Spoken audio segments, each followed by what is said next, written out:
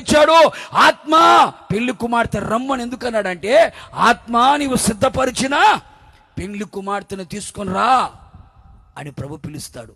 ఏ సంఘంలో ఆత్మ ఉంటుందో, ఏ సేవకునిలో ఆత్మ ఉంటుందో, ఏ వ్యక్తిలో ఆత్మ ఉంటుందో, ఆత్మ చేత నడిపించబడతారో, ఆత్మ స్వాధీనములో ఉంటారో, ఆత్మ వశములో ఉంటారో, ఆత్మ చేత నడిపించబడతారో వారందరూ కూడా దేవుని పోలిక, దేవుని సారూప్యములకు మార్చబడి అక్షయమైన శరీరం ధరించుకొని, అమర్త్యతను ధరించుకొని, మహిమగల శరీరములో, మహిమగల రాకడలో, మహిమగల యేసు ఎదుట మేఘముల మీద కొనిపోబడుదుముగాక, 7 ఏళ్ల విందుల ఉందుముగాక, 1000 ఏళ్ల పాలన చేయుదుముగాక, యుగ యుగములు ప్రభుతో కూడా ఉందుముగాక.